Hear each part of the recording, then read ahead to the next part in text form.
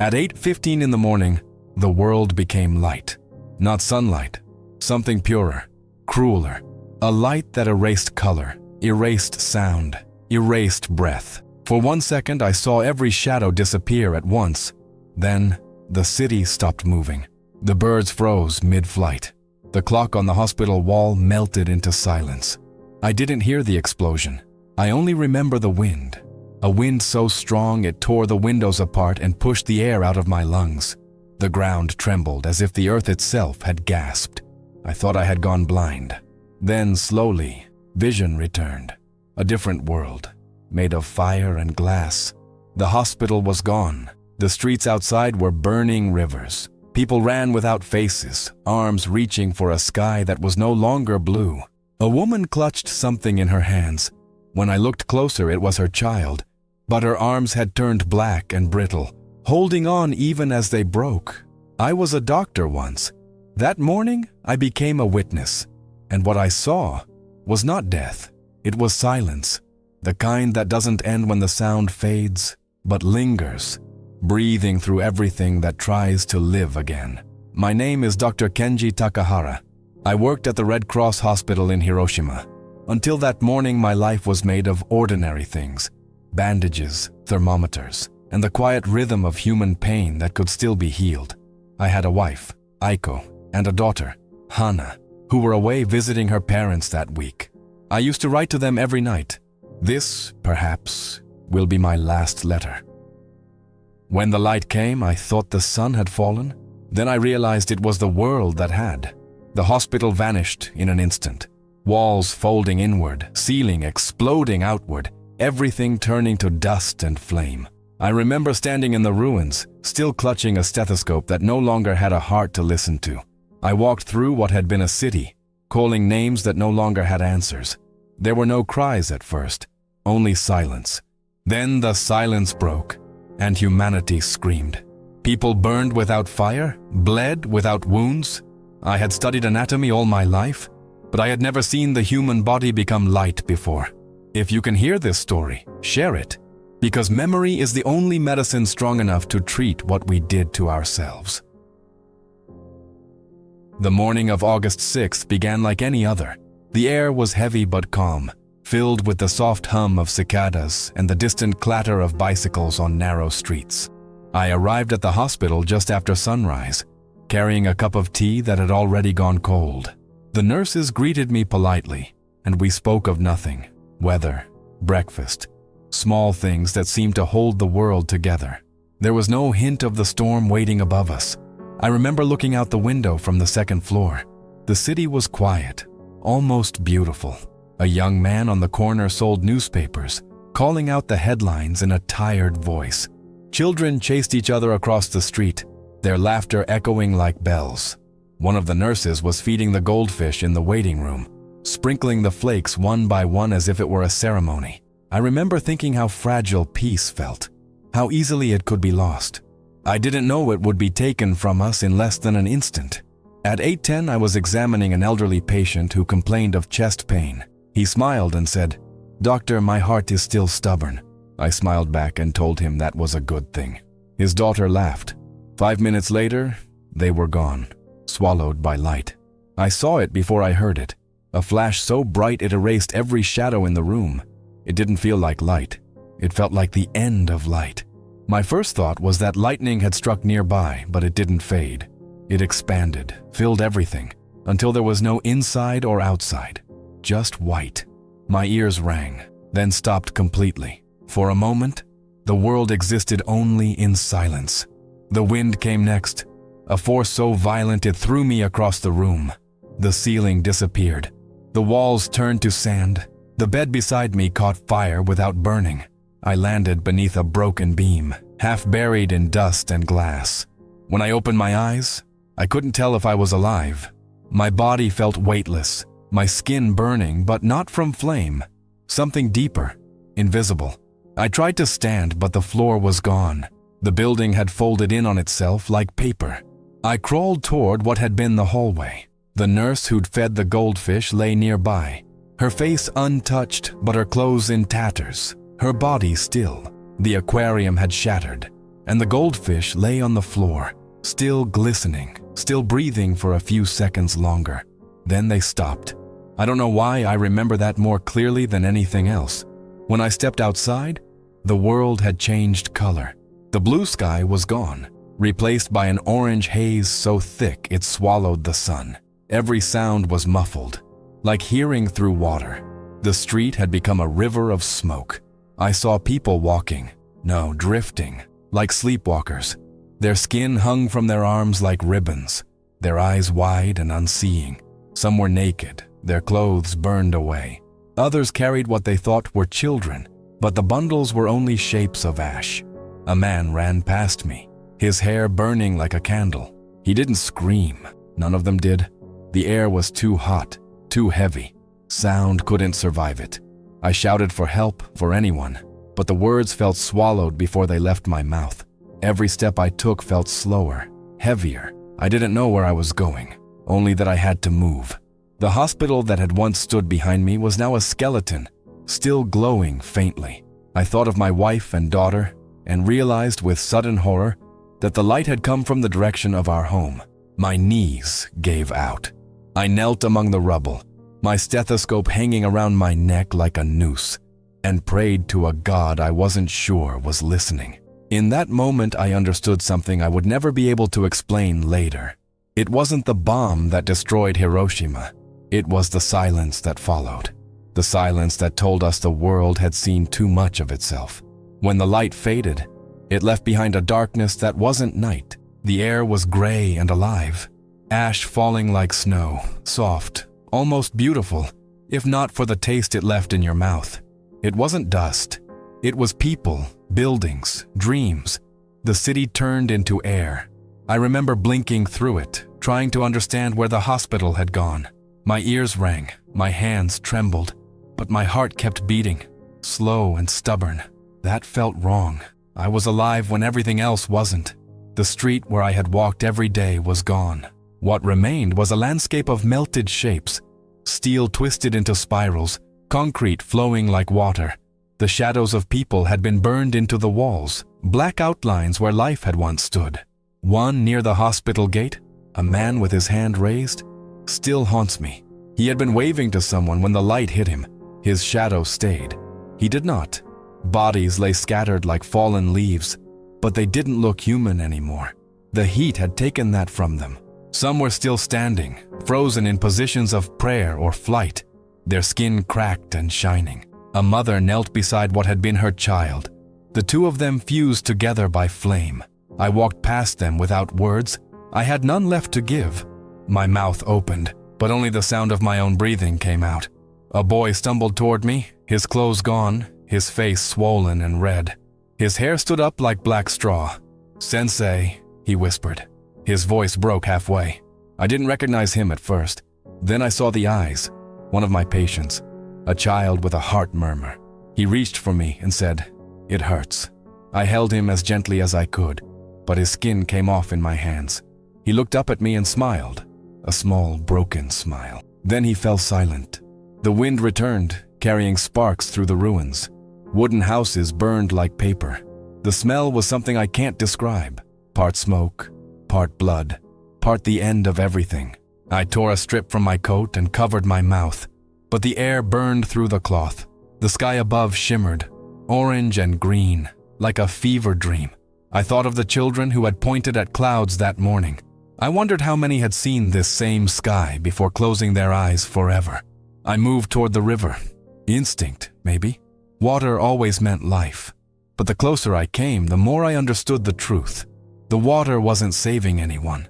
People had thrown themselves into it, hoping for relief. The surface boiled. The smell of flesh mixed with steam.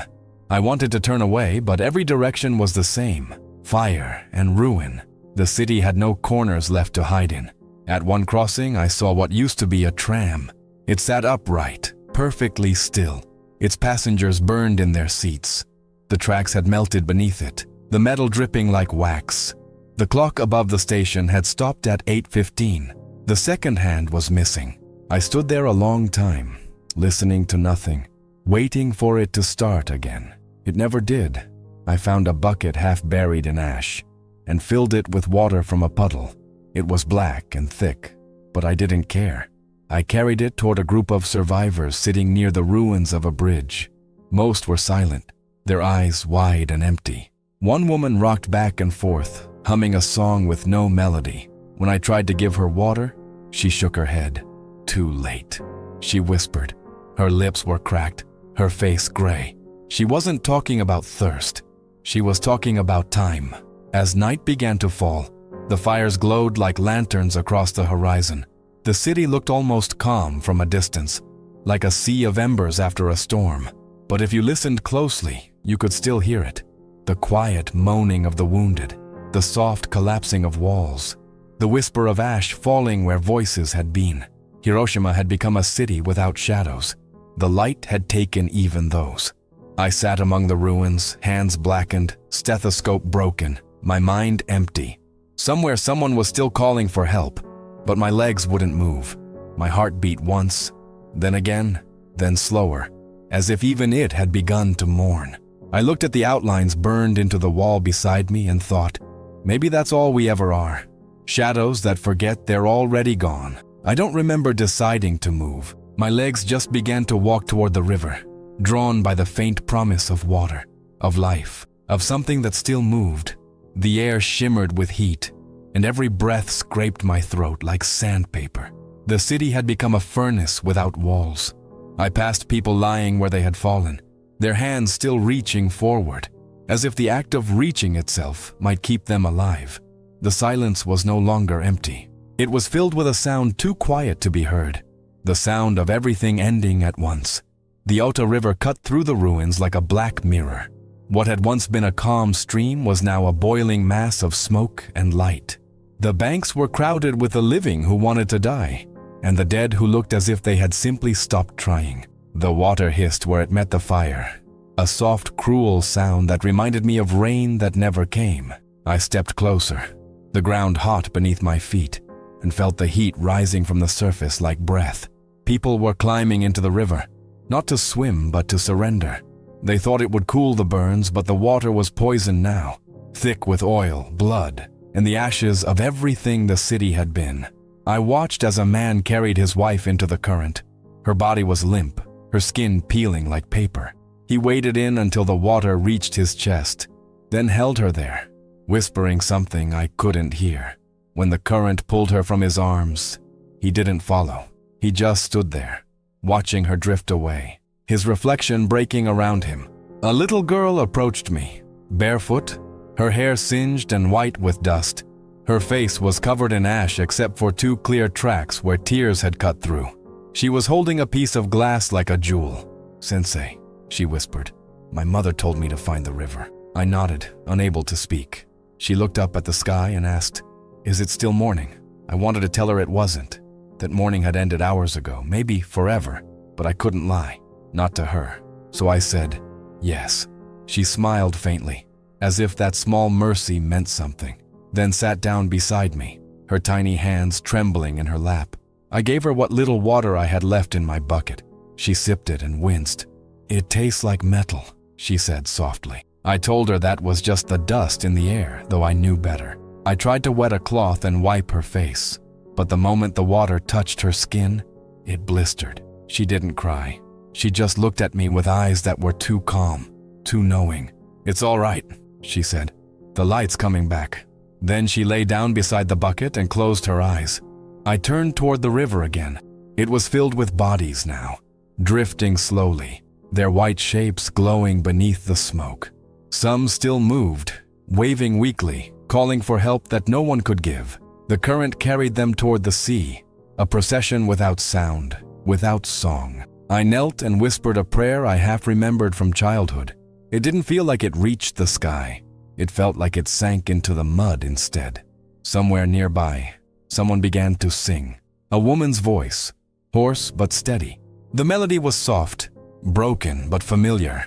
I followed the sound and found her kneeling in the water. Her hair burned away, her hands clasped around something small. It was a photograph, half melted, half whole. A family, maybe hers. She sang to it as if it could still hear her. When she finished, she looked at me and said, They'll find us, won't they? I wanted to nod, but the words wouldn't come. She smiled anyway, as if my silence was the answer she expected. The smoke thickened, turning day into dusk. I sat on the bank, watching the river carry away the last of the city. Pieces of roof, fragments of paper, human shapes turning gently in the current. Everything that had been Hiroshima now floating toward oblivion. I thought about writing their names, but there were too many, and my hands were shaking too much. So instead, I whispered their faces to myself, one by one, hoping that somewhere, someone might remember the sound of them. When night finally came, it was not dark. The fires along the river burned bright enough to light the clouds. The water glowed faintly red, reflecting the sky. I thought of my daughter, Hana, and how she loved to watch the reflection of fireworks on summer nights. I wondered if she'd ever look at light the same way again. Then I realized the cruel truth. I was the only one left to remember. By morning, the fires had slowed, but the city still glowed. The air shimmered like heat rising from metal. The smell had changed. Less smoke now, more something else. It took me hours to realize it was the scent of burned medicine, wet earth, and human skin. I walked toward what remained of the hospital, though I knew it was gone. The streets no longer had names, only directions made of ruins. Turn at the broken bridge. Walk past the tower that still stands. Follow the bodies until you find the cross that melted. I found other survivors there. Nurses, doctors, men who had crawled from the wreckage like ghosts too stubborn to fade. They were gathering the wounded in what used to be a school. The roof was half gone, the windows shattered. The chalkboards were covered in ash, words erased by wind and flame. Children's drawings still clung to one wall, stick figures and blue skies, faded and curling at the edges. A few of the children who made them were still there, lying on blankets, eyes wide open, silent. We worked without talking. The heat made the air thick, and the cries of pain came and went like waves. A young nurse brought me a boy whose face was covered in burns. His hair had fallen out in clumps. "He says he can't see," she whispered. I held a hand over his eyes. The eyelids were there, but beneath them there was nothing left. Still, he smiled when I spoke.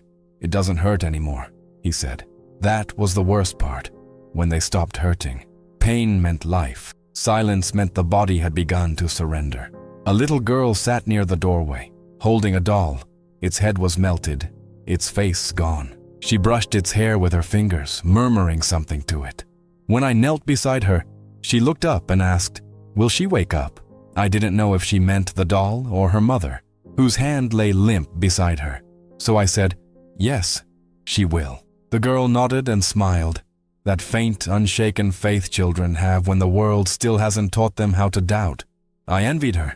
We had no medicine, no instruments, not even water that was safe. The rivers burned, the wells were dust. We tore our own clothes into bandages, washed wounds with tears and sweat.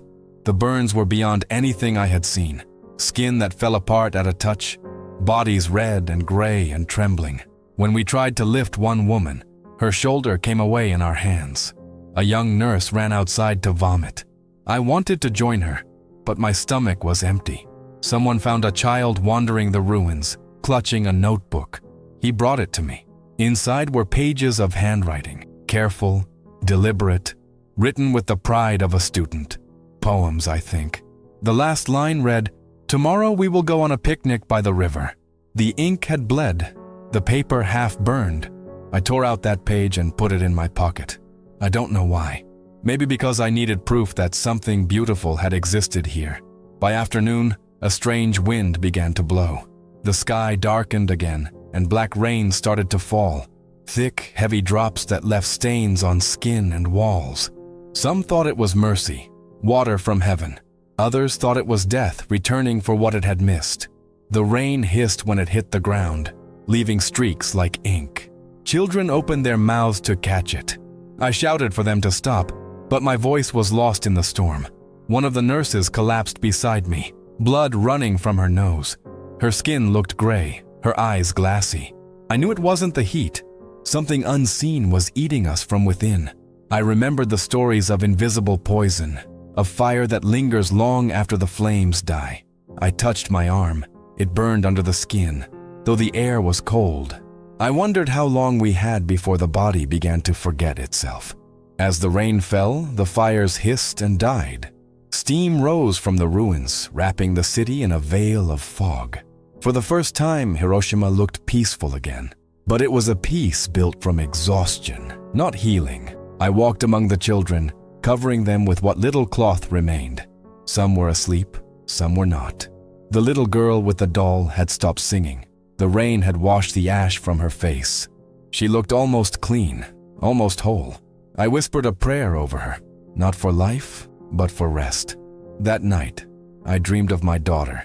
She stood in a field, holding her arms up to the sky as if to catch the rain.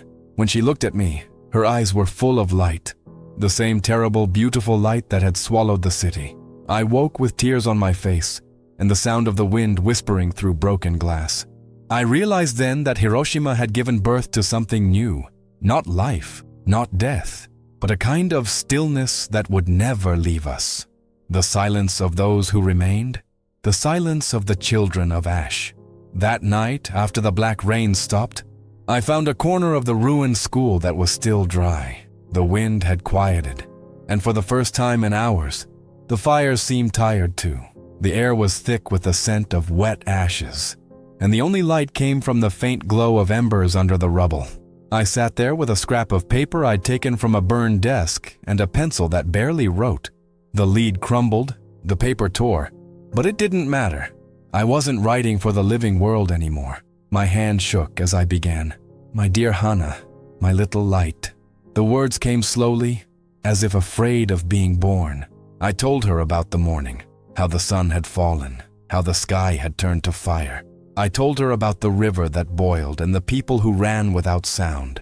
I told her about the children who looked for their mothers, and the mothers who carried their children even after the light had taken their faces. But I didn't tell her everything. Some things aren't meant to be remembered. Some are too heavy to leave behind.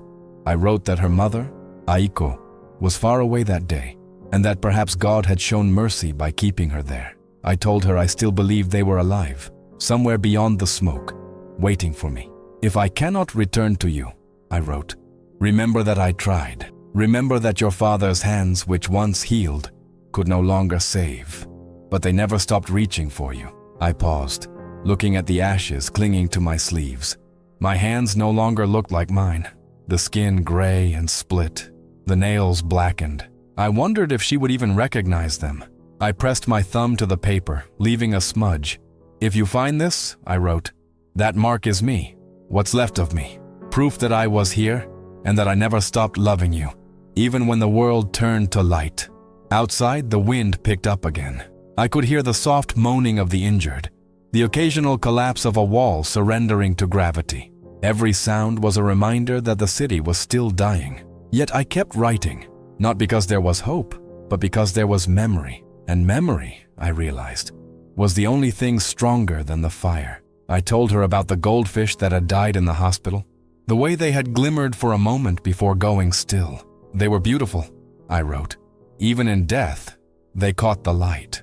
Perhaps that is what we are meant to do, Hana, to catch what little light we can, even when it burns us.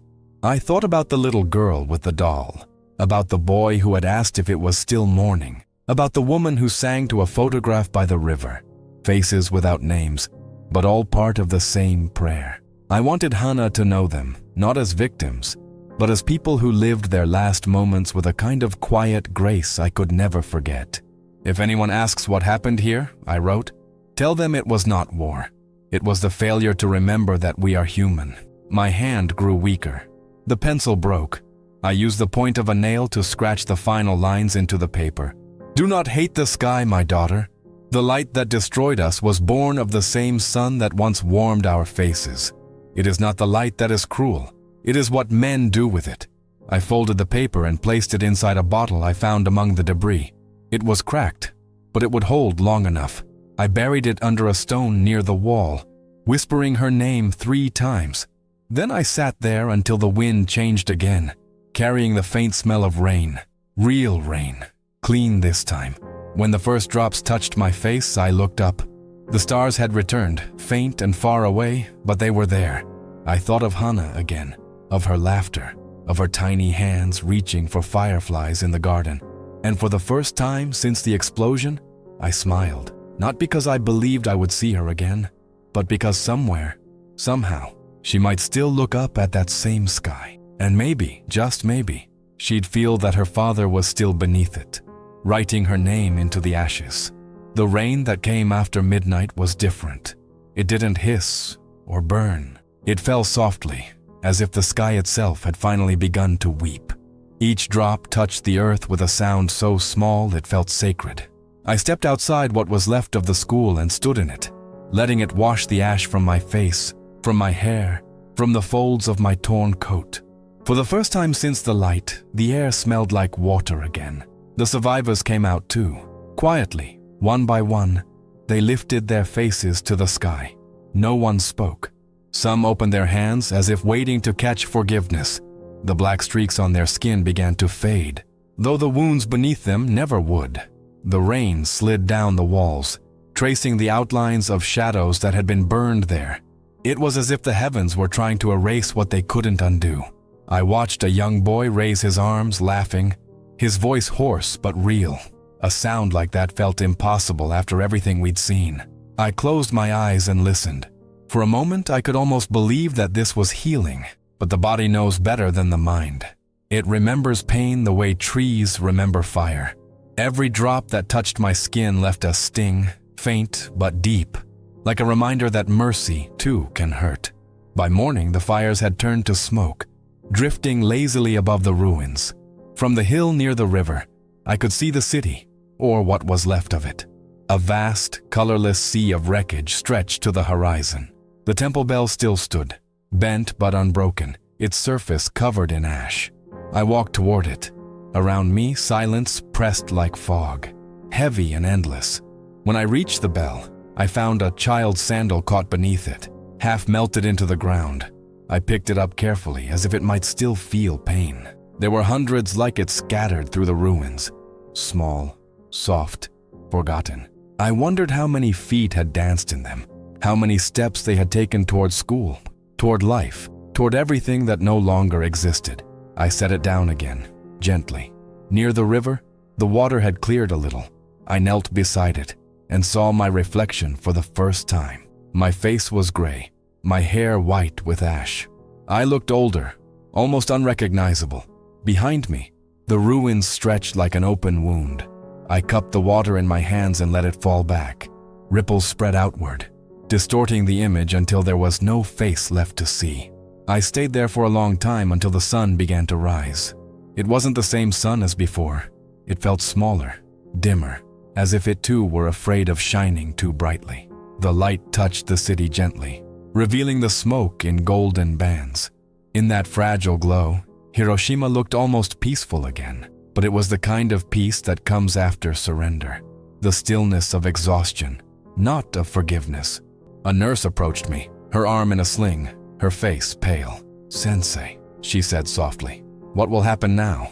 I looked at her, then at the city below. "We will remember," I told her. It was the only answer that didn't feel like a lie.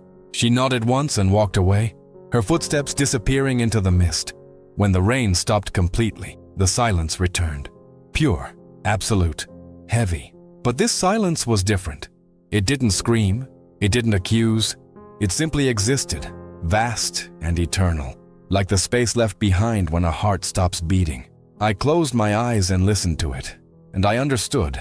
The bomb had ended many things, lives, cities, faith, but it had also given us a truth we couldn't escape, that what we destroy will remember us, that the world itself has a memory, and that one day, when the wind is right and the sky is still, it will whisper our names back in the language of rain. They say the sound of Hiroshima ended in 1 second, but that isn't true. It never ended. It lives in the silence between raindrops, in the hum of the wind that passes over empty streets, in the quiet heartbeat of anyone who still dares to remember. I've learned that memory has no grave. It waits. In the smell of wet ashes after the rain, in the reflection of light on broken glass, in the shape of a child's sandal pressed into the earth. It waits for us to speak again, not to tell stories of war, but of what we became after it. I no longer ask why I survived. Some questions aren't answered. They fade into acceptance. I write these words for those who never saw the morning, for those whose shadows remain etched into the walls, and for those who will one day look up at a cloudless sky and wonder if the light above them is capable of mercy. The world will move on. Cities will rise again. But somewhere, in the quiet between storms, Hiroshima will breathe. Not as a scar, but as a reminder that the silence after destruction is not emptiness. It's the sound of the world asking us to listen.